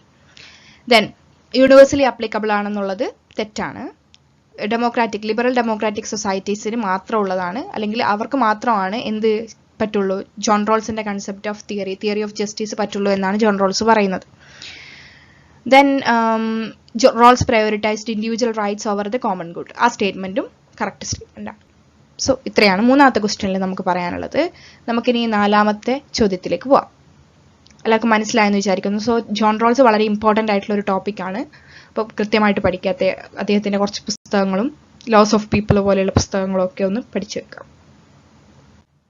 സോ നാലാമത്തെ ക്വസ്റ്റ്യൻ നമുക്ക് നോക്കാം. കാൾ മാർക്സുമായിട്ട് ബന്ധപ്പെട്ടിട്ടുള്ള ഒരു ക്വസ്റ്റ്യൻ ആണ്. Karl Marx theory of the state and revolution is taken from. So ഇതിൽ പറയുന്നത് കാൾ മാർക്സിൻ്റെ theory of state and revolution ഏത് ഹിസ്റ്റോറിക്കൽ ഇവന്റിൽ നിന്നോ അല്ലെങ്കിൽ എന്തിൽ നിന്നോ ഇൻസ്പയർഡ് ആയിട്ടുള്ളതാണ് എന്നാണ്. സോ ഓപ്ഷൻസ് തന്നിട്ടുണ്ട്. A German classical philosophy, B British political economy, C French revolutionary tradition, D American war of independence. So നമുക്കറിയാം ഇത് ഫ്രഞ്ച് റവല്യൂഷണറി ട്രഡീഷനിൽ നിന്നുമാണ്. ഫ്രഞ്ച് റവല്യൂഷനിൽ നിന്നും ഇൻസ്പയർഡ് ആയിട്ടാണ് marks theory of the state and revolution explain ചെയ്യുന്നത്. Okay, so ഇത് വളരെ direct ആയിട്ടുള്ള simple ആയിട്ടുള്ള ഒരു ക്വസ്റ്റ്യൻ ആണ്. സോ എല്ലാവർക്കും അറിയാമായിരിക്കും അല്ലേ എന്താ ഫ്രഞ്ച് റവല്യൂഷൻ എന്നൊക്കെ. ലിബർട്ടി, ഇക്വാലിറ്റി, ഫ്രട്ടേണിറ്റി ഇതൊക്കെയാണ് ഫ്രഞ്ച് റവല്യൂഷന്റെ സ്ലോഗൻ എന്ന് പറയുന്നത്. സോ അതിൽ നിന്നും ഇൻസ്പയർഡ് ആയിട്ടാണ് അദ്ദേഹം തിയറി ഓഫ് സ്റ്റേറ്റും റവല്യൂഷനും എക്സ്പ്ലെയിൻ ചെയ്യുന്നത്. ദെൻ ഈ സ്റ്റേറ്റ് ആൻഡ് റവല്യൂഷൻ എന്ന് പറയുന്ന പുസ്തകം, അങ്ങനെ ഒരു പുസ്തകമുണ്ട്. സോ ആ പുസ്തകം എഴുതിയിരിക്കുന്നത് കാൾ മാർക്സ് അല്ല, ലെനിനാണ് കേട്ടോ. ഈ റവല്യൂഷൻ എന്ന് കാണുമ്പോൾ കാൾ മാർക്സ് ആണെന്ന് തെറ്റിദ്ധരിക്കാൻ പാടില്ല. അത് ലെനിൻ എഴുതിയിട്ടുള്ള ഒരു പുസ്തകമാണ് സ്റ്റേറ്റ് ആൻഡ് റവല്യൂഷൻ എന്ന് പറയുന്നത്. പക്ഷേ കാൾ മാർക്സിന്റെ theory of state and revolution French റവല്യൂഷനിൽ നിന്ന് ഇൻസ്പയർഡ് ആണ്. ഓക്കെ, നമുക്കതിന്റെ ആൻസറും ഒന്ന് എക്സ്പ്ലെയിൻ ചെയ്യാൻ കാര്യമായിട്ടൊന്നുമില്ല. നമുക്കതിന്റെ ആൻസർ ഒന്ന് നോക്കാം. ഫ്രഞ്ച് റവല്യൂഷണറി ട്രഡീഷൻ ആണ്. റൈറ്റ്. സോ നമുക്ക് നാലാമത്തെ ക്വസ്റ്റ്യന്റെ എക്സ്പ്ലനേഷൻ ആണ്. നമുക്ക് എക്സ്പ്ലെയിൻ ചെയ്യാനുള്ളത് നമ്മൾ ഓൾറെഡി പറഞ്ഞു കഴിഞ്ഞു. അതായത് ഫ്രഞ്ച് റവല്യൂഷനിൽ നിന്നും പാരീസ് കമ്മ്യൂണിൽ നിന്നും ഇൻസ്പയർഡ് ആയിട്ടാണ് മാർക്സ് തന്റെ theory of state and revolutions explore ചെയ്തിട്ടുള്ളത്. ഓക്കെ, സോ അഞ്ചാമത്തെ ക്വസ്റ്റ്യൻ ഇച്ചിരി കാൾ പോപ്പർ നെറ്റ് എക്സാം എഴുതിയിട്ടുള്ള ആൾക്കാർക്ക് വളരെ ഫെമിലിയർ ആയിട്ടുള്ള ഒരു പേരായിരിക്കും. കാരണം വളരെയധികം റിപ്പീറ്റഡ് ആയിട്ട് ചോദ്യങ്ങൾ വരുന്ന ഒരു തിങ്കറാണ് കാൾ പോപ്പർ. സോ അദ്ദേഹത്തിന്റെ പ്രധാനപ്പെട്ട ഒരു ക്വസ്റ്റ്യൻ ആണ് അദ്ദേഹമായിട്ട് ബന്ധപ്പെട്ടിട്ടുള്ളത്. Karl Popper called which thinkers as enemies of open society. അദ്ദേഹത്തിന്റെ open societies and their enemies എന്ന് പറയുന്ന 1945 അദ്ദേഹം എഴുതിയിട്ടുള്ള പുസ്തകത്തിലാണ് അദ്ദേഹം ഓപ്പൺ സൊസൈറ്റി എനിമീസ് എന്ന പേരിൽ കുറച്ച് തിങ്കേഴ്സിനെ വിശേഷിപ്പിക്കുന്നത്. അതാരൊക്കെയാണ് എന്നുള്ളതാണ് ഈ ക്വസ്റ്റ്യൻ. സോ ഇതിൽ ഓപ്ഷൻസ് തന്നിട്ടുണ്ട്. Plato, Hegel, Marx, Aristotle, Hegel, Marx, Machiavelli, David Hume, Bentham, Edmund Burke, Marx, Hegel. So ഇതൊക്കെ ഓപ്ഷൻസ് തന്നിട്ടുണ്ട്. സോ ഇതിൽ റൈറ്റ് ആൻസർ ആയിട്ട് വരുന്നത് ഓപ്ഷൻ എ ആണ്. പ്ലേറ്റോ, ഹെഗൽ, മാർക്സ് ഇവരെയാണ് കാൾ പോപ്പർ എന്ന് പറയുന്നത് എനിമീസ് ഓഫ് ഓപ്പൺ സൊസൈറ്റി എന്ന് വിശേഷിപ്പിച്ചിട്ടുള്ളത്. അദ്ദേഹത്തിന്റെ പുസ്തകത്തിൽ അദ്ദേഹത്തിന്റെ according to him open societies എന്ന് പറഞ്ഞാൽ എന്താണ്, അതായത് ഡെമോക്രസി ഉള്ള, കൃത്യമായിട്ട് ഫ്രീഡം ഓഫ് എക്സ്പ്രഷൻ ഉള്ള, ഈ ഇക്വാലിറ്റി പോലെയുള്ള പ്രിൻസിപ്പിൾസ് ഉള്ള വളരെ ഡെമോക്രാറ്റിക് ആയിട്ടുള്ള ഒരു സൊസൈറ്റിയാണ് അദ്ദേഹം ഓപ്പൺ സൊസൈറ്റി എന്ന് പറയുന്നത്. ആ പുസ്തകത്തിൽ അദ്ദേഹം പറയുന്നത് പ്ലേറ്റോ, ഹെഗൽ, മാർക്സിന്റെ സൊസൈറ്റിയെക്കുറിച്ചുള്ള നിരീക്ഷണം, ഹെഗലിന്റെ ഹിസ്റ്ററി അല്ലെങ്കിൽ ഹെഗലിന്റെ സൊസൈറ്റിയെക്കുറിച്ചുള്ള നിരീക്ഷണം, പ്ലേറ്റോയുടെ സൊസൈറ്റിയെക്കുറിച്ചുള്ള നിരീക്ഷണം, ഇതൊക്കെ ഇത്തരം ഓപ്പൺ സൊസൈറ്റീസിന് ഓപ്പോസിറ്റ് ആയിട്ടാണ് ഉള്ളത് എന്നാണ് കാൾ പോപ്പർ പറയുന്നത്. അതായത് പ്ലേറ്റോയും ഹെഗലും മാർക്സും ഡിസ്ക്രൈബ് ചെയ്തിരിക്കുന്ന സൊസൈറ്റീസ് ഓപ്പൺ സൊസൈറ്റീസിന്, അതായത് ഡെമോക്രാറ്റിക് ആയിട്ടുള്ള സൊസൈറ്റീസ് അല്ല, അതിനുള്ള ചലഞ്ചസ് അല്ലെങ്കിൽ അതിന് ഓപ്പോസിറ്റ് ആയിട്ടാണ് പറയുന്നത് എന്നാണ് കാൾ പോപ്പർ വിശേഷിപ്പിക്കുന്നത്. ഓക്കെ, അദ്ദേഹത്തിന്റെ പുസ്തകത്തിന്റെ പേര് ശ്രദ്ധിക്കുക. Open societies and their enemies 1945 എഴുതിയിട്ടുള്ള പുസ്തകമാണ്. അതിലാണ് അദ്ദേഹം പ്ലേറ്റോ, ഹെഗൽ, മാർക്സ് ഈ 3 പേരെ എനിമീസ് ഓഫ് ഓപ്പൺ സൊസൈറ്റി എന്ന പേരിൽ വിശേഷിപ്പിക്കുന്നത്. Okay, yes, Plato, Hegel, marks. So അതിന്റെ എക്സ്പ്ലനേഷൻ നമുക്ക് നോക്കാം. Karl Popper in his work Open Society and Its Enemies identified Plato, Hegel, Marx as the main enemies of open society. He criticized these thinkers for their ideas that in his view laid the groundwork for totalitarianism and opposed democratic principles. Plato was criticized for his ideal of rigid hierarchical society ruled by philosopher king, which Popper saw as an early form of totalitarianism. പ്ലേറ്റോയുടെ സൊസൈറ്റീസിലെ നമുക്കറിയാം philosopher king, Plato സൊസൈറ്റിയുടെ റൂളറിനെയാണ് Plato philosopher king എന്ന പേരിൽ വിശേഷിപ്പിക്കുന്നത്. So അവർക്കാണെങ്കിൽ കൂടുതൽ power ഉണ്ട്. So Plato വിഭാവനം ചെയ്യുന്നത് ഒരു ഹൈറാർക്കിക്കൽ സൊസൈറ്റി. ഈ ഹൈറാർക്കിയുടെ ഏറ്റവും ടോപ്പിലാണ് ഫിലോസഫർ കിങ് ഉള്ളത്. എഡ്യൂക്കേഷൻ അനുസരിച്ചിട്ടാണ് പ്ലേറ്റോ ഈ ഹൈറാർക്കി ക്രിയേറ്റ് ചെയ്തിട്ടുള്ളത്. അത് പ്ലേറ്റോയെ പഠിച്ചിട്ടുള്ള കുറേ പേർക്ക് അറിയാം. സോ ഇത്തരത്തിലുള്ളൊരു സൊസൈറ്റി ടോട്ടാലിറ്റേറിയനിസത്തിലേക്ക് പോകും, അല്ലെങ്കിൽ സ്റ്റേറ്റിന് കൂടുതൽ പവർ കൊടുക്കുന്ന രീതിയിൽ, അല്ലെങ്കിൽ റൂളർക്ക് കൂടുതൽ പവർ കൊടുക്കുന്ന രീതിയിലേക്ക് ഒരു അൺഡെമോക്രാറ്റിക് ആയിട്ടുള്ള സൊസൈറ്റി ആയിട്ട് മാറും എന്നാണ് കാൾ പോപ്പർ പ്ലേറ്റോയെ വിമർശിക്കുന്നത്, ക്രിട്ടിസൈസ് ചെയ്യുന്നത്. Okay, Hegel was criticized for his historicism and the idea that state embodies a higher rationality that individual must obey. ഹെഗലിന്റെ വളരെ ഫേമസ് ആയിട്ടുള്ള ഡെഫിനീഷൻ ഉണ്ട് സ്റ്റേറ്റിന്റെ. State is march of God on earth. ദൈവത്തിന്റെ പ്രതിഫലനമാണ് state എന്നാണ് അദ്ദേഹം പറയുന്നത്. അപ്പോൾ കിങ്ങിന് ഒരു എത്രത്തോളം പവർ കൊടുക്കാമോ അത്രത്തോളം പവർ ഉണ്ട്. മാത്രമല്ല എല്ലാ ഇൻഡിവിജ്വൽസും കൃത്യമായിട്ട് സ്റ്റേറ്റിനെയും കിങ്ങിനെയും ഒബേ ചെയ്യണം എന്നാണ് ഹെഗൽ പറയുന്നത്. ഇതും വളരെ വ്യക്തമായിട്ടൊരു ടോട്ടാലിറ്റേറിയൻ അല്ലെ, അൺഡെമോക്രാറ്റിക് ആയിട്ടുള്ള ഒരു സൊസൈറ്റിയാണ് നമുക്ക് മുന്നിൽ കാണിക്കുന്നത്. സോ അതാണ് പോപ്പർ അദ്ദേഹത്തെയും ഒരു എനിമി ഓഫ് ഓപ്പൺ സൊസൈറ്റി ആയിട്ട് പറയുന്നത്. കാൾ പോപ്പറിന്റെ ഓപ്പൺ സൊസൈറ്റി എന്ന് പറഞ്ഞു കഴിഞ്ഞാൽ ഡെമോക്രാറ്റിക് സൊസൈറ്റിയാണ് അദ്ദേഹം ഉദ്ദേശിക്കുന്നത് കേട്ടോ. Then, Marx was critiqued for his deterministic view of history and the concepts of caste society achieved through revolutionary means. So അദ്ദേഹം പറയുന്നത് കാൾ മാർക്സും ഒരു പോളിറ്റേറിയൻ, അതായത് ഒരു സ്റ്റേറ്റിനെ കുറിച്ച് അദ്ദേഹം പറയുമ്പോഴും ഒരു പോളിറ്റേറിയൻ ഡിക്റ്റേറ്റർഷിപ്പ്, റെവല്യൂഷനിലൂടെ ഒരു സ്റ്റേറ്റിനെ നമ്മൾ എന്താ പറയുക ടോപ്പിൾ ചെയ്ത് അവിടെ പ്രോളിറ്റേറിയന്റെ ഡോമിനേഷനിലുള്ള ഒരു സ്റ്റേറ്റ് വരുന്നു എന്നൊക്കെയാണ് കാൾ മാർക്സിന്റെ എക്സ്പ്ലനേഷൻ എന്ന് പറയുന്നത്. അദ്ദേഹം അതിനെയും അൺഡെമോക്രാറ്റിക് ആയിട്ടും അതോറിറ്റേറിയൻ ആയിട്ടാണ് കാണുന്നത്.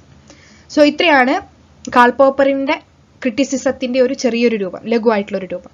ഓക്കെ, സോ കാൾ പോപ്പർ അദ്ദേഹത്തിന്റെ enemies of open society, the open society and it's enemies എന്ന് പറയുന്ന പുസ്തകത്തിൽ സൂചിപ്പിച്ചിട്ടുള്ള, ഓപ്പൺ സൊസൈറ്റിയുടെ എനിമീസ് എന്ന് വിളിച്ചിട്ട് സൂചിപ്പിച്ചിട്ടുള്ള 3 thinkers Plato, Hegel, Karl Marx ആണ്. ഓക്കെ, സോ നമുക്ക് 5ാമത്തെ ക്വസ്റ്റ്യന്റെ എക്സ്പ്ലനേഷൻ നമ്മൾ പറഞ്ഞു കഴിഞ്ഞു. ഇനിയിപ്പോൾ നമുക്ക് 6ാമത്തെ ക്വസ്റ്റ്യനിലേക്ക് പോവാം. സോ നമുക്ക് 6ാമത്തെ ക്വസ്റ്റ്യനിലേക്ക് പോവാം. Who among the following does not belong to Frankfurt School of Critical Thinkers?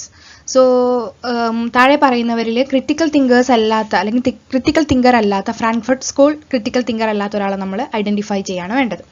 4 പേരുകൾ കൊടുത്തിട്ടുണ്ട്: Erich Fromm, Herbert Marcuse, Carole Pateman, Jurgen Habermas.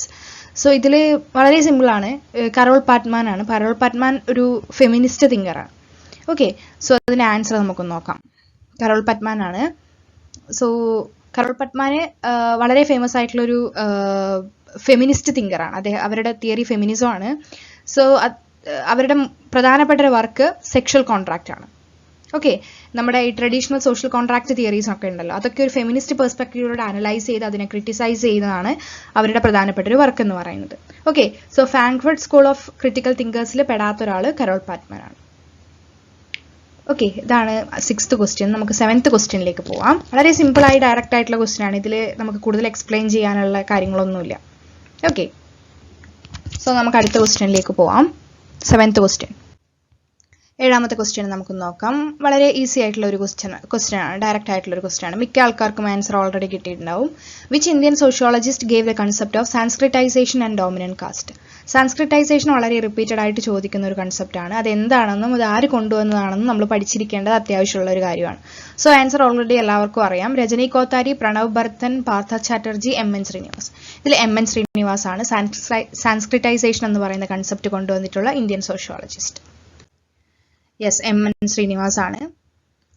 So അദ്ദേഹമാണ് ഈ സാൻസ്ക്രിറ്റൈസേഷൻ എന്ന് പറയുന്ന കൺസെപ്റ്റ് കൊണ്ടുവന്നത്. അദ്ദേഹം ഉദ്ദേശിക്കുന്നത് എന്താണെന്ന് വെച്ച് കഴിഞ്ഞാൽ, he introduced this concept to describe the process by which lower caste seeks upward mobility by emulating the rituals and practices of higher casters, particularly Brahmins. അതായത് നമ്മുടെ കാസ്റ്റ് ഹൈറാർക്കിയിലുള്ള ലോവർ ക്ലാസ്സുകൾ ഉണ്ടല്ലോ, അപ്പോൾ അവർക്ക് ഒരു സൊസൈറ്റൽ സ്റ്റാറ്റസും ഡിഗ്നിറ്റിയും ഒക്കെ കിട്ടുന്നതിന് വേണ്ടിയിട്ട് അവർ ഈ ബ്രാഹ്മിൻസ് അല്ലെങ്കിൽ ഹയർ കാസ്റ്റുകാർ ചെയ്യുന്ന റിച്വൽസിനെയും അവരുടെ പ്രാക്ടീസസിനെയും ഇമിറ്റേറ്റ് ചെയ്ത് അതിൽ നിന്നും ഇവോൾവ് ആയിട്ടുള്ളതോ അല്ലെങ്കിൽ അതുപോലെ തന്നെ ഉള്ള കാര്യങ്ങൾ ചെയ്യാൻ തുടങ്ങി. അതായത് ഒരു തരത്തിലിപ്പം അവരെ ഇക്കണോമിക്കലി കവർ ചെയ്യാൻ പറ്റിയില്ലെങ്കിൽ പോലും അവരുടെ ഇപ്പം മാരേജ് സെറിമണീസ് ആയിക്കോട്ടെ, അല്ലെങ്കിൽ അവരുടെ മരണാനന്തര ചടങ്ങുകളായിക്കോട്ടെ, അതുപോലെയുള്ള കാര്യങ്ങൾ കോപ്പി ചെയ്ത് അല്ലെങ്കിൽ അതിനെ ഫോളോ ചെയ്യാൻ തുടങ്ങി, അതിൽ നിന്ന് ഇൻഫ്ലുവൻസ്ഡ് ആയിട്ടുള്ള കാര്യങ്ങൾ ചെയ്യാൻ തുടങ്ങി. സോ ഈ ഒരു പ്രോസസ്സിനെയാണ് സാൻസ്ക്രിറ്റൈസേഷൻ കൊണ്ട് എം.എൻ. ശ്രീനിവാസൻ ഉദ്ദേശിക്കുന്നത്. ഓക്കെ, സോ നമുക്ക് 8th ക്വസ്റ്റ്യനിലേക്ക് പോവാം. സോ നമുക്ക് 8ാമത്തെ ക്വസ്റ്റ്യൻ ഒന്ന് നോക്കാം. അത് ഇന്ത്യൻ കോൺസ്റ്റിറ്റ്യൂഷനുമായിട്ട് ബന്ധപ്പെട്ടിട്ടുള്ള ഒരു ക്വസ്റ്റ്യൻ ആണ്. In which famous case Supreme Court of India said that amendments under the Article 368 are law under Article 13(2) and hence can be struck down if they violate fundamental rights? So ഈ question എന്താ ഉദ്ദേശിക്കുന്നതെന്ന് പറഞ്ഞു കഴിഞ്ഞാൽ article 368 എന്താണെന്ന് എല്ലാവർക്കും അറിയായിരിക്കും അല്ലേ. Constitution, Indian constitution എങ്ങനെ അമെൻഡ് ചെയ്യണം എന്നതിനെ കുറിച്ച് പ്രതിപാദിക്കുന്ന ആർട്ടിക്കിളാണ് ആർട്ടിക്കിൾ 368. സോ ഇതിൽ പറഞ്ഞിരിക്കുന്നത് എന്താണെന്ന് പറഞ്ഞു കഴിഞ്ഞാൽ ആർട്ടിക്കിൾ 368ന്റെ അടിസ്ഥാനത്തിൽ കൊണ്ടുവന്നിട്ടുള്ള അമെൻഡ്മെന്റ്സ് ഒക്കെ ലോ ആണെന്നും ഇത് ഫണ്ടമെന്റൽ റൈറ്റ്സിനെ വയലേറ്റ് ചെയ്യുന്നുണ്ടെങ്കിൽ അതിനെ സ്ട്രക്ക് ഡൗൺ ചെയ്യാനുള്ള റൈറ്റ് അല്ലെങ്കിൽ അതിനെ ഇൻവാലിഡ് ആക്കാൻ പറ്റും, സുപ്രീം കോർട്ടിന് ഇൻവാലിഡ് ആക്കാൻ പറ്റും അല്ലെങ്കിൽ സ്ട്രക്ക് ഡൗൺ ചെയ്യാൻ പറ്റും എന്ന് സുപ്രീം കോർട്ട് പറഞ്ഞിട്ടുള്ള കേസ് ഏതാണ് എന്നാണ് ചോദിച്ചിട്ടുള്ളത്. ആർട്ടിക്കിൾ 368 അണ്ടറിൽ വരുന്ന അമെൻഡ്മെന്റ്സ് ഫണ്ടമെന്റൽ റൈറ്റ്സിനെ വയലേറ്റ് ചെയ്യുന്നുണ്ടെങ്കിൽ അതിനെ ഇൻവാലിഡ് ആക്കാൻ ആർക്ക് പറ്റും? സുപ്രീം കോർട്ട് ഓഫ് ഇന്ത്യക്ക് പറ്റും. സോ അത് പറഞ്ഞിട്ടുള്ള അല്ലെങ്കിൽ അത് പ്രസ്താവിച്ചിട്ടുള്ള കേസ് ഏതാണ് എന്നാണ് ചോദിച്ചിട്ടുള്ളത്. ഓപ്ഷൻസ് 4 ഉണ്ട്. 4 കേസുകളെ കുറിച്ചിട്ട് പറഞ്ഞിട്ടുണ്ട്. Sajjan Singh versus state of Rajasthan, Golaknath case, Kesavananda Bharati case, Minerva Mills case. ഇതിൽ ഏത് കേസാണ്? ഗോലക്നാഥ് കേസാണ്. റൈറ്റ്, കേസാണ്. നമുക്ക് അതിന്റെ എക്സ്പ്ലനേഷൻ ഒന്ന് നോക്കാം.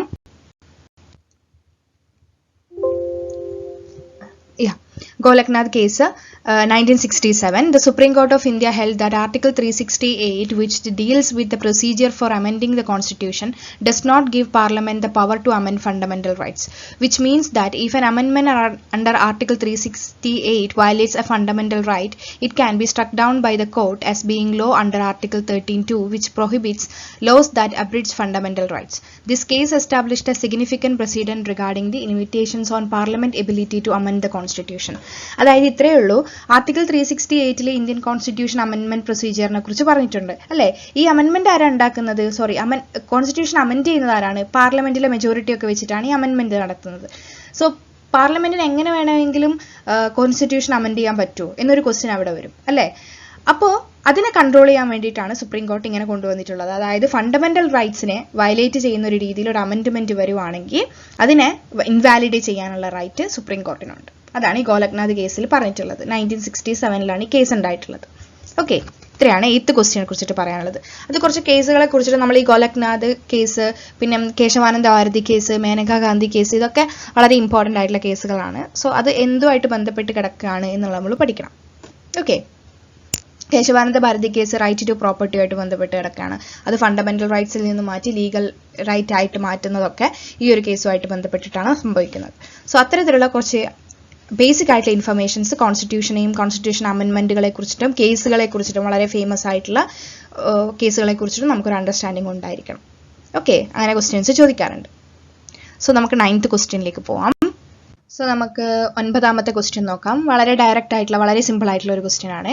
Which IR theory deals with non military aspects of security representing A shift away from traditional security studies? So question വളരെ ക്ലിയർ ആണ്. താഴെ കൊടുത്തിരിക്കുന്നതിൽ ഏത് സ്ട്രീമാണ് നോൺ മിലിറ്ററി ആസ്പെക്ട്സ് ഓഫ് സെക്യൂരിറ്റിയെ കുറിച്ചിട്ട് പഠിക്കുന്നത്?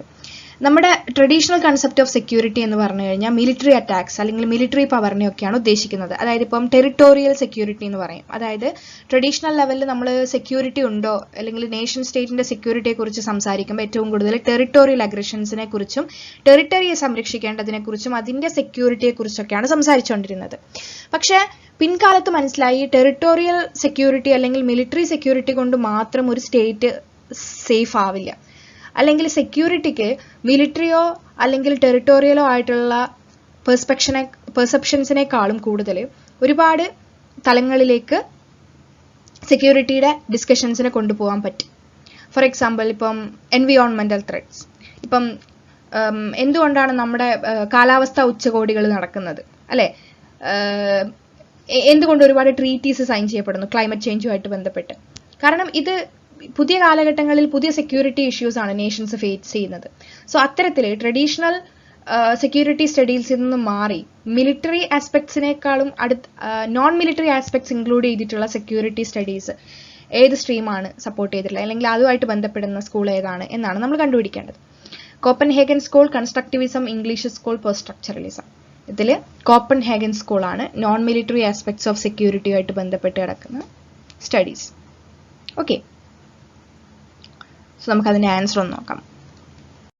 കോപ്പൻഹേഗൻ സ്കൂളാണ് അതിൻ്റെ ആൻസർ ആയിട്ട് വരുന്നത്.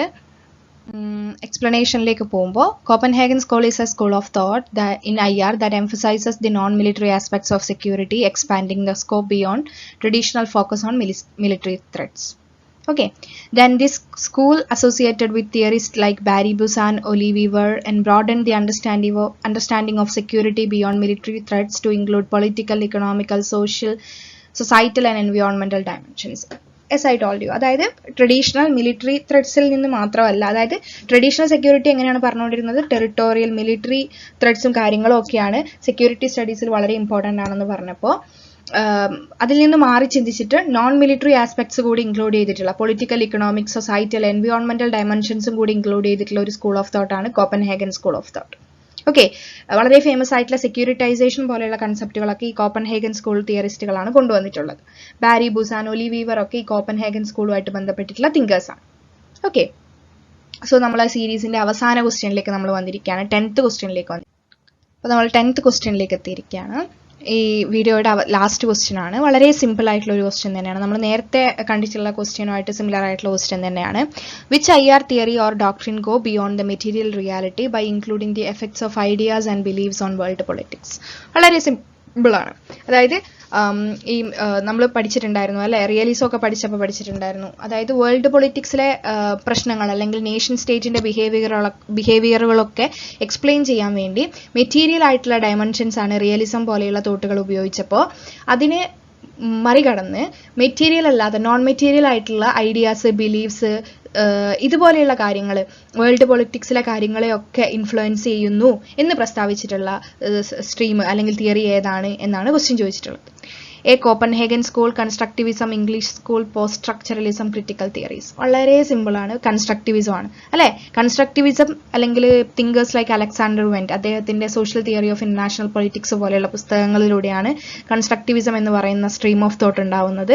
ഇവർ പറയുന്നത് ഇപ്പോൾ റിയലിസം, ഐഡിയലിസം ഒക്കെ പറയുന്നതെന്ന് പറഞ്ഞു കഴിഞ്ഞാൽ അവർ ഒക്കെ വേൾഡ് പൊളിറ്റിക്സിനെ എക്സ്പ്ലെയിൻ ചെയ്യാൻ ശ്രമിച്ചിട്ടുള്ളത് മെറ്റീരിയൽ റിയാലിറ്റീസിന്റെ ബേസിലാണ്. മിലിറ്ററി പവർ, ഹാർഡ് പവർ, ഇതൊക്കെയാണ് അവരുടെ ഒരു അനാലിസിസിന്റെ ബേസ് എന്ന് പറയുന്നത്.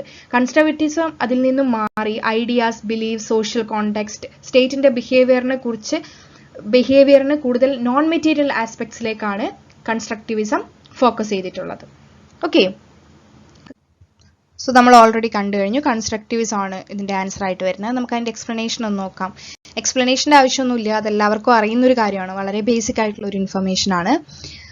The IR theory that goes beyond material reality by including the effects of ideas and beliefs on world politics is constructivism. Constructivism emphasizes that states and other actors in international relations are not only shaped by their material interests but also by their shared identities, values and beliefs which are socially constructed through interactions. Okay, so ഇത്രയാണ് കൺസ്ട്രക്റ്റിവിസത്തെ കുറിച്ച്. ഐഡിയാസിനും ഐഡന്റിറ്റീസിനും വാല്യൂസിനും ബിലീവ്സിനും ഒക്കെ importance കൊടുക്കുന്നു. ഞാനൊരു example പറയാം, അപ്പം നിങ്ങൾക്ക് കുറച്ചും കൂടെ മനസ്സിലാവും. അതായത് ഇപ്പം വേൾഡിൽ ചില എക്സിസ്റ്റഡ് വാല്യൂസ് ഉണ്ട് അല്ലേ. അപ്പം ഒരുപാട് ന്യൂക്ലിയർ സ്റ്റേറ്റ് നമ്മുടെ ഇടയിലുണ്ട് അല്ലേ. അപ്പോൾ ചില സ്റ്റേറ്റുകൾ ന്യൂക്ലിയർ വെപ്പൺസ് ഉണ്ടാക്കിയാലും നമുക്ക് അവരോടൊരു പേടി തോന്നത്തില്ല. നേരെ മറിച്ച് ചില രാജ്യങ്ങളുടെ കയ്യിൽ ന്യൂക്ലിയർ വെപ്പൺസ് ഉണ്ട് എന്ന് പറയുമ്പോൾ അതിനെ ഒരു ത്രെട്ടായിട്ട് പരിഗണിക്കാറുണ്ട് വേൾഡ് പൊളിറ്റിക്സിൽ. ഫോർ എക്സാമ്പിൾ, ഇപ്പം ബ്രിട്ടന്റെ കയ്യിൽ ന്യൂക്ലിയർ വെപ്പൺസ് ഉണ്ട്, നോർത്ത് കൊറിയയുടെ കയ്യിലും ന്യൂക്ലിയർ വെപ്പൺസ് ഉണ്ട്. പക്ഷേ ബ്രിട്ടനെയും നോർത്ത് കൊറിയയെയും വേൾഡ് പൊളിറ്റിക്സിൽ ഒരേ രീതിയിലല്ല നോക്കിക്കാണുന്നത് അല്ലെ. നോർത്ത് കൊറിയയെ കുറച്ചും കൂടെ എന്തായിട്ടാണ് കാണുന്നത്? ഇപ്പം റിയലിസത്തിന്റെ അടിസ്ഥാനത്തിലാണ് നമ്മൾ ഇതിനെ എക്സ്പ്ലെയിൻ ചെയ്യുന്നതെങ്കിൽ ബ്രിട്ടനും നോർത്ത് കൊറിയയും ഒരേപോലെ പവർഫുൾ ആണ്, മിലിറ്ററി എക്വിപ്ഡ് ആണ്. അവർ രണ്ടുപേർക്കും ഒരേ രീതിയിൽ അവർ പവർഫുൾ ആണ്. മെറ്റീരിയൽ ഇൻട്രസ്റ്റിന്റെ രീതിയിൽ നമ്മൾ നോക്കുകയാണെങ്കിൽ രണ്ടുപേർക്കും ന്യൂക്ലിയർ വെപ്പൺസ് ഉണ്ട്. പക്ഷേ കൺസ്ട്രക്റ്റിവിസം പറയുന്നത് ഈ രണ്ടുപേരും വേൾഡ് പൊളിറ്റിക്സിൽ ഒരുപോലെയല്ല അവരുടെ റോള്. ബ്രിട്ടൻ വേൾഡ് പൊളിറ്റിക്സിൽ അംഗീകരിക്കപ്പെട്ട ന്യൂക്ലിയർ വെപ്പൺ ഉണ്ടെങ്കിൽ പോലും ഒരു ത്രെട്ടായിട്ട് കാണാതെ എല്ലാവരും സ്വീകരിക്കുന്ന അല്ലെങ്കിൽ അക്സെപ്റ്റ് ചെയ്യുന്ന ഒരു ലിബറൽ പവറായിട്ട് നിൽക്കുമ്പോൾ, അതേ ന്യൂക്ലിയർ വെപ്പണുള്ള നോർത്ത് കൊറിയ എല്ലാവരും പേടിക്കുന്ന, എല്ലാവരുടെയും എക്സിസ്റ്റൻസിന് ഭീഷണിയാവുന്ന ഒരു ത്രെട്ടായിട്ടാണ് വേൾഡ് പൊളിറ്റിക്സിൽ പരിഗണിക്കപ്പെടുന്നത്. ഇതാണ് അതിന്റെ വ്യത്യാസം. റിയലിസം പറയുമ്പോൾ ഒരു വ്യക്തിയുടെ ബിഹേവിയർ, ഒരു സ്റ്റേറ്റിന്റെ ബിഹേവിയറിനെ അല്ലെങ്കിൽ സ്റ്റേറ്റുകളുടെ ബിഹേവിയറിനെ മെറ്റീരിയൽ ഇൻട്രസ്റ്റുകളുടെ ബേസിൽ മാത്രം മനസ്സിലാക്കാൻ ശ്രമിക്കുമ്പോൾ ന്യൂക്ലിയർ വെപ്പൺസ് ഉള്ള എല്ലാ രാജ്യങ്ങളും ത്രെട്ടാണ്. പക്ഷേ കൺസ്ട്രക്റ്റിവിസ്റ്റുകളിലേക്ക് വരുമ്പോൾ കൺസ്ട്രക്റ്റിവിസ്റ്റുകൾ പറയുന്നത് ന്യൂക്ലിയർ വെപ്പൺ ഉണ്ടെങ്കിൽ പോലും എല്ലാ രാജ്യങ്ങളും ഒരുപോലെയല്ല പരിഗണിക്കപ്പെടുന്നത്. ചില രാജ്യങ്ങൾ ത്രെട്ടുകളായും ചില രാജ്യങ്ങൾ ഡിഫെൻസീവായിട്ടാണ് അവർ ആ വെപ്പൺസ് ക്രിയേറ്റ് ചെയ്യുന്നത് അല്ലെങ്കിൽ അവരെ ജസ്റ്റിഫൈ ചെയ്യുന്ന രീതിയിലുമാണ് വേൾഡ് പൊളിറ്റിക്സ് പ്രവർത്തിക്കുന്നത്. ഇതാണ് സിമ്പിൾ ആയിട്ടുള്ള ഡിഫറൻസ് റിയലിസവും കൺസർവേറ്റീവിസവും തമ്മിൽ. ഓക്കെ, സോ അതും എക്സ്പ്ലെയിൻ ചെയ്ത് കഴിഞ്ഞു. നമ്മുടെ 10th ക്വസ്റ്റ്യൻസും നമ്മൾ എക്സ്പ്ലെയിൻ ചെയ്ത് കഴിഞ്ഞു, 10 ക്വസ്റ്റ്യൻസും. സോ നമ്മൾ ഈ വീഡിയോയുടെ എൻഡിലേക്ക് എത്തിയിരിക്കുകയാണ്. അപ്പോൾ നമ്മൾ ഇന്ന് ഡിസ്കസ് ചെയ്തിട്ടുള്ള 10 ക്വസ്റ്റ്യൻസ് സിമ്പിളാണ്, പക്ഷെ നമുക്ക് ക്വസ്റ്റ്യൻസ് നോക്കുമ്പോൾ കുറച്ച് കൺഫ്യൂസ്ഡ് ഒക്കെ ആയി പോകുന്ന രീതിയിലുള്ള ക്വസ്റ്റ്യൻസ് ആണ്. കൂടുതൽ ക്വസ്റ്റ്യൻസ് ഞാൻ ചൂസ് ചെയ്തിട്ടുള്ളത് ഇൻഡിവിജ്വൽ തിങ്കേഴ്സിനെ ബേസ് ചെയ്തിട്ടുള്ള ക്വസ്റ്റ്യൻസ് ആണ്. കാരണം അത്രയും ക്വസ്റ്റ്യൻസ് ആണ് നമുക്ക് ആൻസർ ചെയ്യാൻ വളരെ ബുദ്ധിമുട്ടായിട്ടുള്ളത്. ജനറൽ ആയിട്ടുള്ള ക്വസ്റ്റ്യൻസ് ചോദിക്കുമ്പോൾ നമുക്ക് ചിലപ്പോൾ ഗസ് ചെയ്യാൻ പറ്റും. പക്ഷേ ഇപ്പം ജോൺ റോൾസിന്റെ തിയറിയിൽ പറഞ്ഞിരിക്കുന്ന കാര്യങ്ങൾ അല്ലെങ്കിൽ കാൾ പോപ്പറിന്റെ പുസ്തകത്തിൽ മെൻഷൻ ചെയ്തിട്ടുള്ള കാര്യങ്ങൾ, ഇതുപോലെയുള്ള ക്വസ്റ്റ്യൻസ് വരുമ്പോഴത്തേക്കും നമുക്ക് കുറച്ച് കൺഫ്യൂസ്ഡ് ആവാനുള്ള ചാൻസ് ഉണ്ട്. പക്ഷേ ഇതിൽ ഇപ്പം ഈ വീഡിയോയിൽ ഞാൻ മെൻഷൻ ചെയ്തിട്ടുള്ള തിങ്കേഴ്സ്, ജോൺ റോൾസ് ആയിക്കോട്ടെ, കാൾ പോപ്പർ ആയിക്കോട്ടെ, കാൾ മാക്സ് ആയിക്കോട്ടെ, ഇതുപോലുള്ളവർ വളരെ ഇമ്പോർട്ടൻ്റ് ആയിട്ടുള്ള ആൾക്കാരാണ്. ഇവരെക്കുറിച്ച് റിപ്പീറ്റഡ് ആയിട്ടുള്ള ചോദ്യങ്ങൾ നെറ്റ് എക്സാമിൽ ചോദിക്കാറുണ്ട്. അതുകൊണ്ടാണ് ഞാൻ ഈ ചോദ്യങ്ങൾ സെലക്ട് ചെയ്തിട്ടുള്ളത്. ഓക്കെ, സോ അവരുടെ ബേസിക് ആയിട്ടുള്ള കുറച്ച് ഐഡിയാസ് പഠിച്ചു വെക്കുക, കുറച്ച് പുസ്തകങ്ങൾ പഠിച്ചു വെക്കുക എന്നുള്ള കാര്യങ്ങൾ ചെയ്യുക. പിന്നെ IR തിയറികളെ കുറിച്ചിട്ട് ബേസിക് ആയിട്ടുള്ള ഒരു അണ്ടർസ്റ്റാൻഡിങ് ഉണ്ടായിരിക്കുക എന്നുള്ളതാണ് ചെയ്യാനുള്ളത്. ഓക്കെ, സോ ഇന്നത്തെ വീഡിയോ ഞാനിവിടെ അവസാനിപ്പിക്കുകയാണ്. അപ്പം thank you for listening. Next വീഡിയോയിൽ കാണുന്നത് വരെ എല്ലാവർക്കും ബൈ. Thank you.